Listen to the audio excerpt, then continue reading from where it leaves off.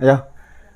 Assalamualaikum warahmatullahi wabarakatuh. Waalaikumsalam warahmatullahi wabarakatuh. Sobat Tani, Sobat Colena, kembali bersama Kang Dani dan Kang Daya.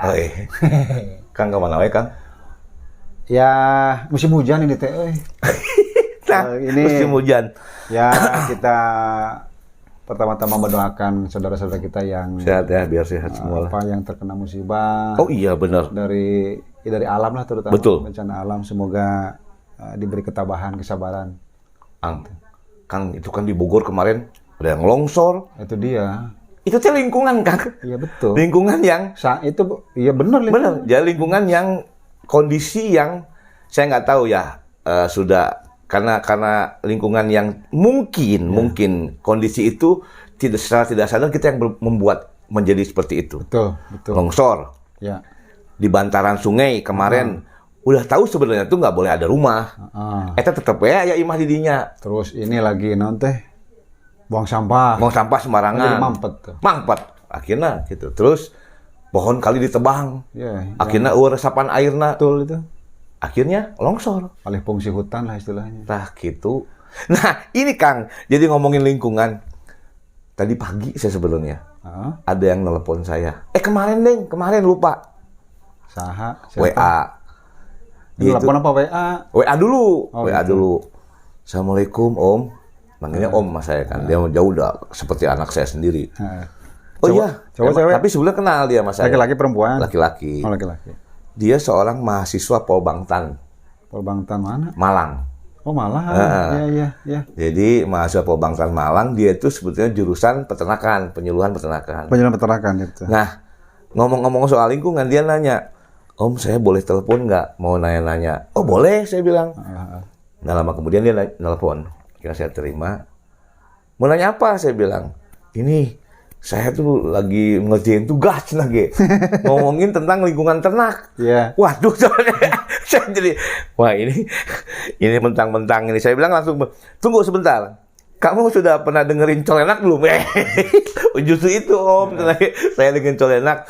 Itu ada episode sebelumnya yang saya pernah ngomongin tentang gara-gara dengan Colenak. Sebelumnya udah denger, cuman dia belum mendapatkan Kang Dayat, mungkin jawaban yang dia untuk nulis gitu. Oh gitu. Kita kan di Colenak yang kita hanya ngobrol sepintas kan tentang lingkungan ya. Jadi misalnya kandang itu harus bersih semua gitu. Nah Kang, yang sepanjang Kang Dayat tahu nih, sambil dia menjawab nih pertanyaannya dia nih ya, mudah-mudahan nanti dia dengar dan dia lihat. Dia nanya gini, Kang, Om Dani, apa tingkah laku ternak ketika ada satu pertanyaan yang saya ingat, lingkungannya itu panas atau berubah misalnya apa? Kemudian juga ketika si ternak itu mengalami mau kawin katanya, kelihatan tuh. Jadi kemudian kalau ada di ternak itu, di kandang itu pembagian di ternaknya di dalam kandang itu tidak rata. Ada dewasa tuh gitu. Kadang-kadang kita lihat ada yang kecil, ada yang besar. Padahal pada waktu start pemilihannya sama gitu. Tapi ketika lama-lama kok tidak. Apakah itu pengaruh? Jadi dia menanyakan tentang lingkungan ternak itu, ilmu lingkungan ternak. Kang Dayat yang mungkin bisa ini Kang Dayat. Ya kita sama-sama aja. Iya. Tadi dibicarakan kan tentang lingkungan. Iya betul. Saya kira semua makhluk hidup, baik itu hewan atau manusia, betul, itu sangat-sangat dipengaruhi kualitas hidupnya oleh lingkungan. Kualitas hidupnya hidupnya itu dipengaruhi oleh kualitas lingkungan. Ya. Oke. Kualitas hidup, kualitas kesehatan. Betul. Oleh lingkungan. Dan itu mau tidak mau harus diterima. Ya. Diterima. Adapun yang bisa memodifikasi, nanti kita belakangan lagi. Modifikasi. Sebetulnya ilmu lingkungan ternak itu ujung-ujungnya membuat ternak atau hewan itu nyaman. Nah, nyaman hidupnya ya. Sebetulnya ke sana ya. Contoh lah nih, dianalogkan ini ke manusia. Ya. untuk membuat manusia itu nyaman, karena tadi ada perubahan suhu, iklim, mau suhu, mau cahaya, dingin, mau aliran angin, apalagi ya, pokoknya unsur-unsur iklim lah.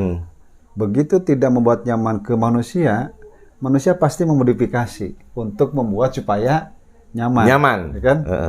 Contoh AC. Oke, ya.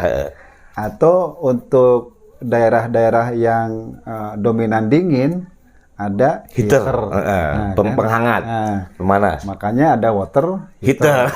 Jika kita jadi kalinya udah faktor umah, kurang lebih ada 1-2 kali per minggu harus tadi ya. Itu kan tujuannya untuk membuat nyaman. Kemudian ini Kang Dani, itu satu ya. Jadi ujung-ujungnya harus nyaman, atau bahasa asing, bahasa Inggrisnya apa namanya tadi? Comfort zone. Zona nyaman. Zona nyaman. Atau wilayah nyaman.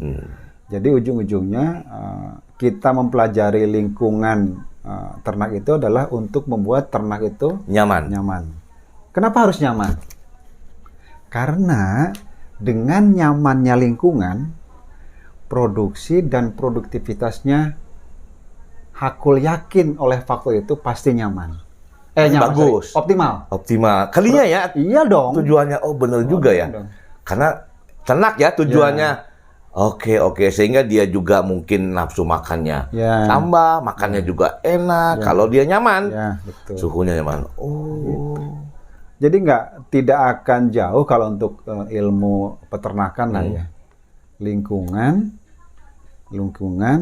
nyaman, produksi. Oke.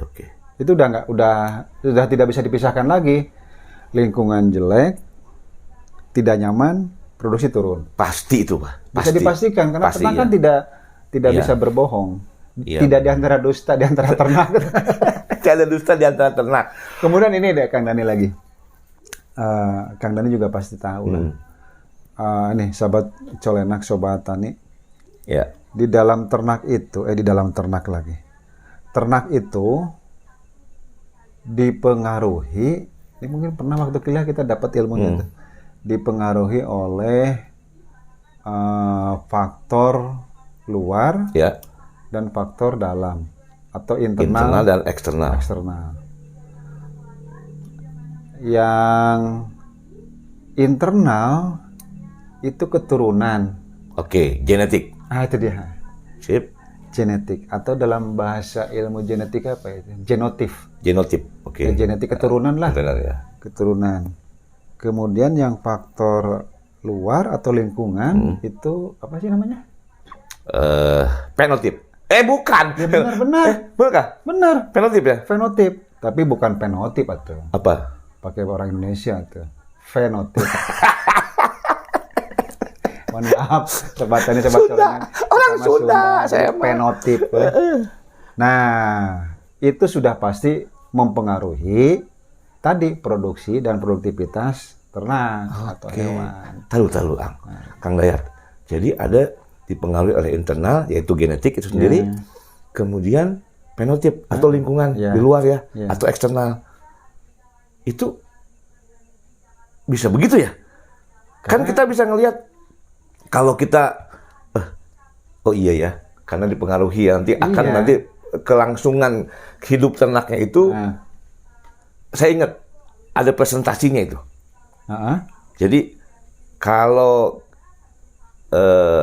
lingkungan itu katanya sekitar 70% bisa mempengaruhi. Betul. Itu ya, padahal kalau misalnya beberapa referensi ya. Ya ada yang 70, ada yang dulu juga sekitaran itulah. Jadi faktor luar. Lingkungan. Faktor luar itu lingkungan itu nanti banyak kali kita diskusikan. Nah, yang faktor dari dalam atau internal yang disebut faktor apa tadi? Genetik atau genotip itu ya dari gen induknya.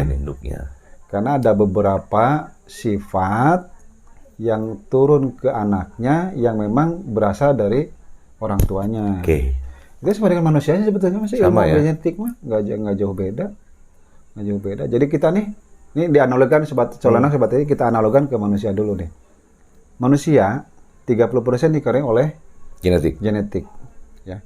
Kadang ada bapaknya cerdas, ibunya pintar, anaknya belenggu. Nah, ada benar. Dari mana itu datangnya? Bukan langsung dari bapak ibunya, kemudian dari kakeknya, dari uahnya, dari mamangnya, ya. Terus ada lagi mungkin kalau anaknya katakan lebih dari satu, ada juga yang pinter, yang cerdas, pasti ada. Itu dari kecerdasan, belum lagi dari karakter. Pasti ada pengaruh dari orang tuanya. Betul. Makanya ada pepatah mengatakan sebetulnya anak itu kalau memang mewarisi genetik atau sifat dari orang tuanya, kalau karakternya rusak itu lebih parah. Berarti itu lingkungan karena juga kombinasi ya? Kombinasi dari orang tuanya. Iya kan? Iya benar. Orang tuanya 50%. Bapaknya 50%, ibunya 50%, anaknya jadi 100 tuh. Begitu juga dengan yang sifat atau karakter atau apapun namanya yang positif. Tapi di ternak juga sama. Ya. Sangat-sangat mempengaruhi itu yang genetik, yang keturunan lah, yang dari orang tuanya. Itu sudah pasti tidak bisa dihilangkan. Kita udah hukum alam, udah dari sononya lah, udah fitrah, udah pasti turun. Kan ada yang itu hadis apa ya? Anak tidak akan jauh dari buah tidak akan jauh dari pohonnya. Di ternak juga sama. Iya. Nah, tadi yang lingkungan mempengaruhi apanya, Kang? Pertama, kalau itu misalnya buah tidak pernah jauh dari pohonnya, itu dari genetik ya? Genetik atau keturunan. Mungkin sifatnya ya? Iya. Ya itu sifatnya betul kan. Tadi memang sifatnya. Kemudian yang dari lingkungan sebetulnya yang dominan lingkungan. Mungkin ini Sobat Tani, Sobat Colenang atau Kang Dani kan pernah kita bahas yang 3 faktor itu. Oke. Aku ingat. Bibit. Manajemen. Sama pakan. Yang bibit itu tadi masuk ke kan itu genetik. Nah, Benar. lingkungan salah satunya tadi pakan.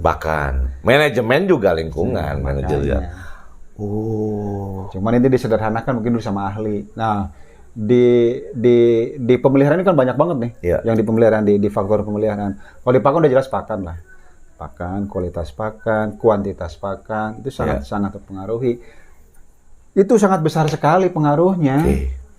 Jadi bukan hanya, yang dimaksud itu bukan hanya lingkungan membuat nyaman dari lingkungan luar nih. Tapi lingkungan tubuhnya semua juga. Makanya termasuk tadi pakan juga ya. Kan kita juga kalau makan terlalu banyak protein mencret. Benar. Lingkungan perut jadi nggak enak gitu loh. Jadi lingkungan itu bukan apa-apa dari luar, termasuk yang masuk ke dalam tubuhnya. Betul. Kemudian dia tempat tinggal atau kandangnya. Kemudian nah, mudah-mudahan sih yang nanya nyambung nih. Jadi tadi dia nanya gini juga. Kenapa apa yang sampai tingkah lakunya? Ya, betul. Nah, tadi kan dari ketiga faktor itu bibit udah jelas genotip yang 30% kan. Sekarang yang 20%, yang 70% nih yang fenotip atau eksternal atau lingkungan. Itu salah satunya pakan sudah. Pakan. Itu sudah Sahabat Tani, Sahabat Colenang itu sudah aku yakin. Pakan itu sangat mempengaruhi produksi dan produktivitas ternak. Ternak itu sendiri. Udah pastilah. Ya kayak kita lah. Makan nasi doang. Hanya nasi. Kemudian dibandingkan dengan yang nasi plus lauk pauk. Itu kalau dalam jangka kurun waktu mungkin puluhan tahun itu akan sangat terlihat. Dulu saya pernah ini Kang Dani sebelum membahas. Waktu zaman katanya nih kata guru ngaji dulu. Kenapa orang Jepang pinter-pinter katanya? Itu katanya dulu disinyalir sadel sepeda. Ikan terbuat dari kulit. Nah ternyata di kulitnya masih ada nutrisinya. Wow. Itu katanya dijebolin, dibawa ke Jepang, terus dimasak lagi. Terus? Ya itu salah satunya. Jadi makan. Bener. Yang bener. Aku aja ekspor kulit sendal yang bekas-bekas. Itu. Tapi dipikir-pikir ada benernya lah. Daripada mengekspor rongsokan besinya logam kan mending sadanya bisa dimakan lagi dari kulit. Karena sadanya zaman dulu kan kualitasnya kulit kan. Kulit bagus loh itu. Berarti kita makan kulit kerecek gudeg tuh Itu kulit. katanya, kata guru ngaji saya, itu orang Jepang tuh pinternya gara-gara makan sadar sepeda. Ingat ya, sadarnya dari kulit bukan dari plastik. Itu iya dulu kan sepeda kumbang itu kan dari kulit tuh. Kulit bukan itu. yang sekarang kan laken apa yang imitasi. Iyalah sekarang Ini mah kulit bener. Itu yang dari pakan. Artinya nutrisi yang dikandung oleh pakan itu sangat mempengaruhi. Ngaruh ya? Mempengaruhi. Bersambung minggu depan.